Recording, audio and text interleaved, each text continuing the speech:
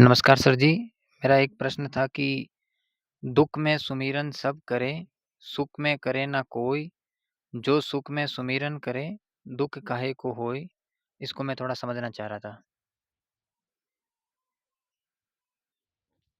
तो मुझे एक घटना याद आ रही है। बहुत साल पहले एक भाई साहब थे।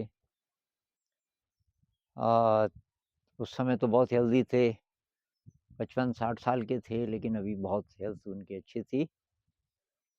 और मैं उनको मिलने गया था, तो उनको पता था कि ये ध्यान करता है।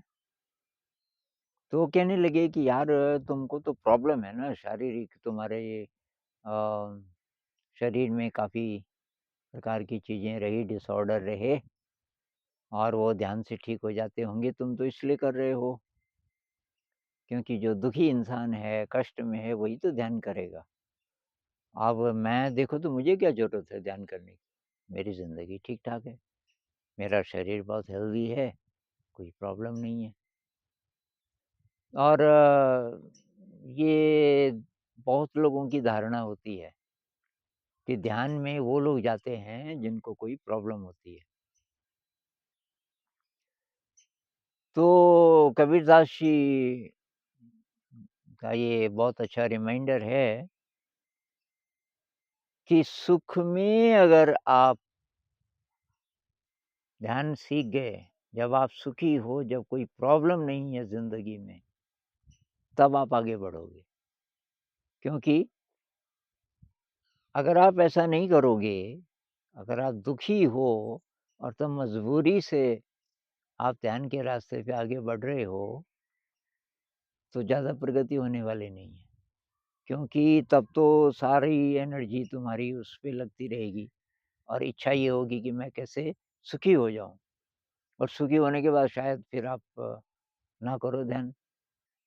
बहुत सारे लोग होते हैं ना कि किसी को प्रॉब्लम है, एंग्ज़ायटी है, ओसीडी है, कुछ और गड़बड़ है, किसी ने सजेस्ट किया कि भई ध्यान कर लो, और तब ये ठीक हो जाएगा।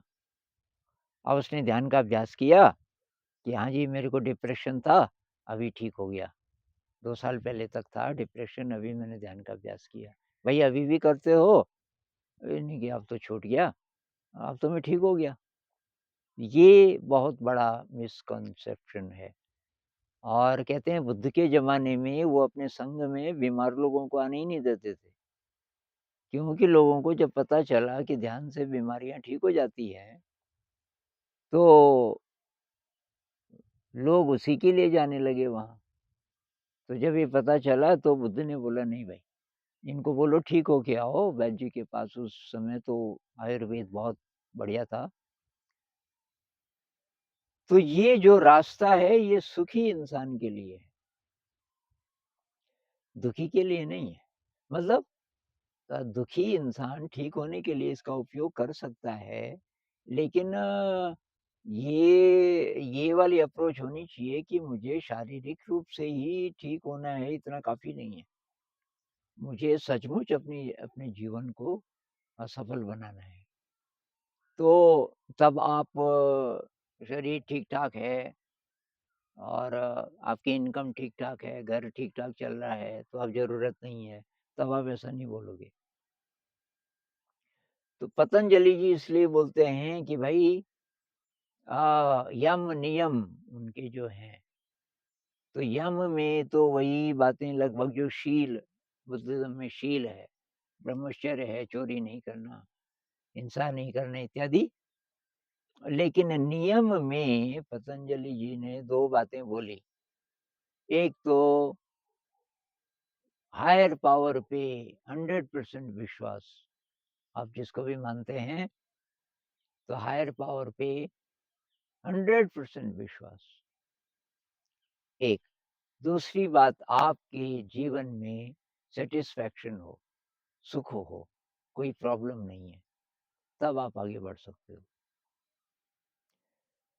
अब बुद्ध जी ने थोड़ा-सा रिलैक्स किया इसको, वो केवल शील की बात करते हैं कि भई पहले शुरू तो करो, जो भी आपकी हालत है, शुरू करो। लेकिन धीरे-धीरे फिर उसमें पारमिताएँ आती हैं कि ज प्रगति तब होगी आपकी, जब आप पारमिताओं का भी अभ्यास करोगे। बुद्ध कहते हैं कि दुःख है और किसी भी प्रकार का दुःख हो, शारीरिक हो, मानसिक हो, लेकिन दुःख है जीवन में और इस दुःख से पार जाने का ये रास्ता है। तो कबीर साहब कहते हैं कि दुःख में सुमिरन सब करें। दुःख में ज़्यादातर लोगों को ये ख़्याल आता है कि ध्यान करना चाहिए और दूसरी लाइन में वो कहते हैं कि जो सुख में सुमिरन करे दुःख काहे को होए। जो व्यक्ति सुखी है, अभी कोई प्रॉब्लम नहीं है ज़िंदगी में, अब वो ध्यान के रास्ते पे अगर जाएगा, तो उसके जीवन में अब दुःख नहीं आएगा। क्योंकि सुख उसने देख लिया, तो वो शारीरिक कारणों से सांसारिक कारणों से ध्यान नहीं कर रहा है और उसका उसका ऐसा वाला एटीट्यूड नहीं है कि ध्यान करने से तब मेरा शरीर भी ठीक हो जाएगा और मैं बाहर की दुनिया में थोड़ा सफलता प्राप्त करूँगा, ये नहीं है। ये तो पहले से है उसके पास, वो संतुष्ट है जीवन से। तो ये वाला एटीट्यूड वही रखना बहुत ज़रूरी है। इसके लिए है ग्रैटिट्यूड कि हे ईश्वर, मेरे पास जो भी है मैं खुश हूँ, मेरा काम चल रहा है। एक भाई साहब ने कहा, आप ग्रैटिट्यूड बोल रहे हो, मेरी गर्लफ्रेंड तो किसी और के साथ चली गई, अब आप बोल रहे हो ग्रैटिट्यूड, तो ग्रैटिट्यूड की फीलिंग कहाँ से आएगी? तो मैंने उनको बोला कि भाई आज के दिन आपके पास भोजन है, उसके लिए ग्रैटिट्यूड बहुत लोगों के पास नहीं है।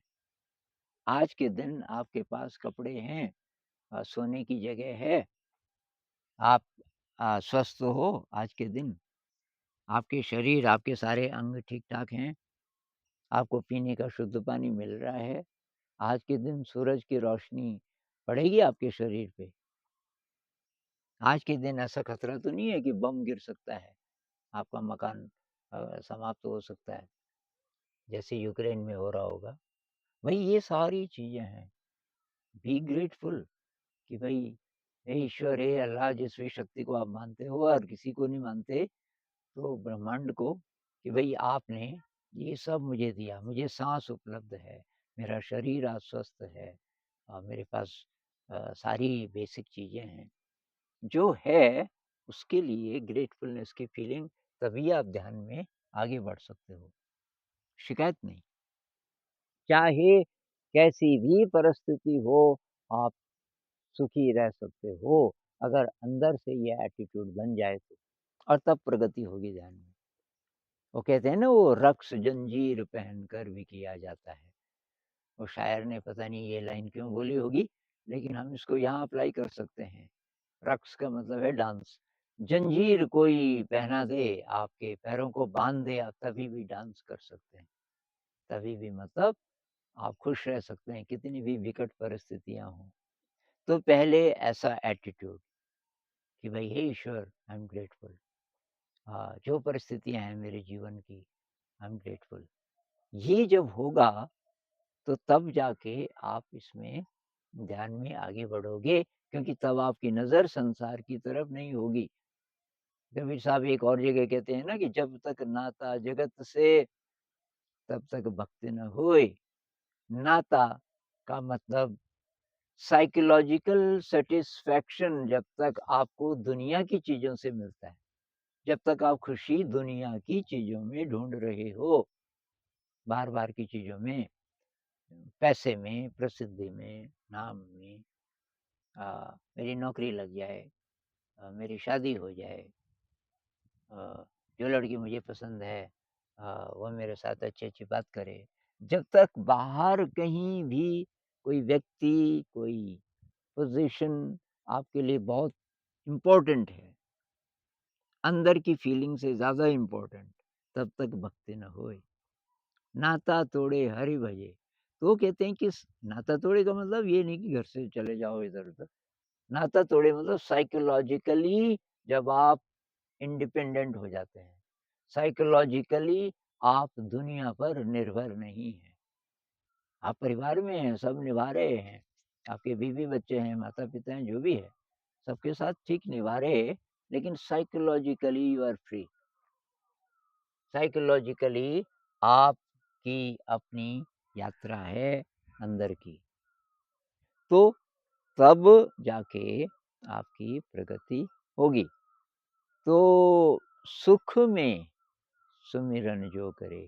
कुछ दिन पहले एक भाई साहब ने कहा कि ये ऐसा नहीं हो सकता कि हम ऐश-आराम से भी रहें और ध्यान भी करें। तो आपने कहा भई ट्राई कीजिए। आप जब ध्यान में सचमुच आपका इंटरेस्ट होने लगेगा, तो फालतू का ऐश-आराम ज़रा कम अपने आप हो जाएगा। भाई देखो जैसे ड्रिंक लोग करते हैं ना, ड्रिंक करोगे तो आपके ब्रेन सेल्स थोड़ा लेज़ी हो जाते हैं, लेज़ीनेस आ जाएगा, ध्यान होगा ही नहीं ढंग का, तो आप तब दारू छोड़ दोगे। जैसे ही ध्यान का थोड़ा टेस्ट मिलना शुरू होगा, आप ये नशा-नुशा सब छोड़ दोगे। तो अब सिम्प्लिसिटी आने लग गई, तो आप रहिए खूब, ऐश-आराम का मतलब क्या है आपका? कि बहुत सारे कपड़े होने चाहिए, बहुत अच्छा मकान होना चाहिए। ऐश-आराम का मतलब सिंपल चीज़ें अगर आपके पास हैं और आपका मन संतुष्ट है, तो असली तो फीलिंग की बात हो रही है ना यहाँ, कि भई इतने साधन हों कि मेरे अंदर अच्छी फीलिंग हो, मुझे अभाव ना लगे ज़िंदगी में, जो-जो चाहिए वो हो। उसके लिए बहुत कम चाहिए। वो एक और जगह कबीर साहब नहीं बोलते कि साईं इतना दीजिए जामे कुटुम्ब समाए। मैं भी भूखा ना रहूँ, साधु ना भूखा जाए।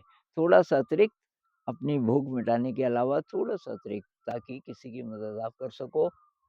अ, तो ये जो सिम्प्लिसिटी है, ऑस्टेरिटी है, ये ज़बरदस्ती वाली नहीं है। ध्यान के मार्ग पे जो ये सिम्प्लिसिटी की बात होती है, वो ज़बरदस्ती वाली नहीं है। वो सिम्प्लिसिटी इसलिए कि उससे सुविधा होती है। बाहर की के जगत में भी सुविधा होती है। ज़्यादा चीज़ों की देखभाल नहीं आपको करनी पड़ती अ, और अंदर की यात्रा में इससे मदद मिलती है। तो सुख का मतलब ये नहीं कि बहुत सारे साधन, सुख का मतलब है कि साइकोलॉजिकली आप सैटिस्फाइड हैं जो आपके पास है और सिंपल होगी आपकी ज़िंदगी अपने आप, तभी उसमें सुख ज़्यादा होता है और तब आप अंदर की यात्रा करने लगो तो फिर दुःख नहीं आएगा। क्योंकि संसार आपने पहले देख लिया और अब आप इस यात्रा पर भी हो, तो दुःख नहीं आएगा, नहीं तो दुःख आएगा। कितने ही ऐश-आराम से आप रह लो, कब तक रहोगे? एक समय ऐसा आएगा, जब और बूढ़े हो जाओगे, तो तब ऐश-आराम नहीं कर पाओगे, शरीर जर्जर हो जाएगा, तरह-तरह के रोग लगेंगे, उधर से मृत्यु है। तो ये संदेश उन लोगों के काम का है, जिनके पास सब कुछ है और ज़रा-सा उनको भनक लग जाए, कि यार ये क्या चीज़ है? मेडिटेशन क्या चीज़ है? अध्यात्म क्या चीज़ है? मैं ट्राई करूँ? तो अगर ये ख़्याल आता है, मेरी सलाह है, आप ट्राई करो, आप बहुत फ़ायदे में रहोगे।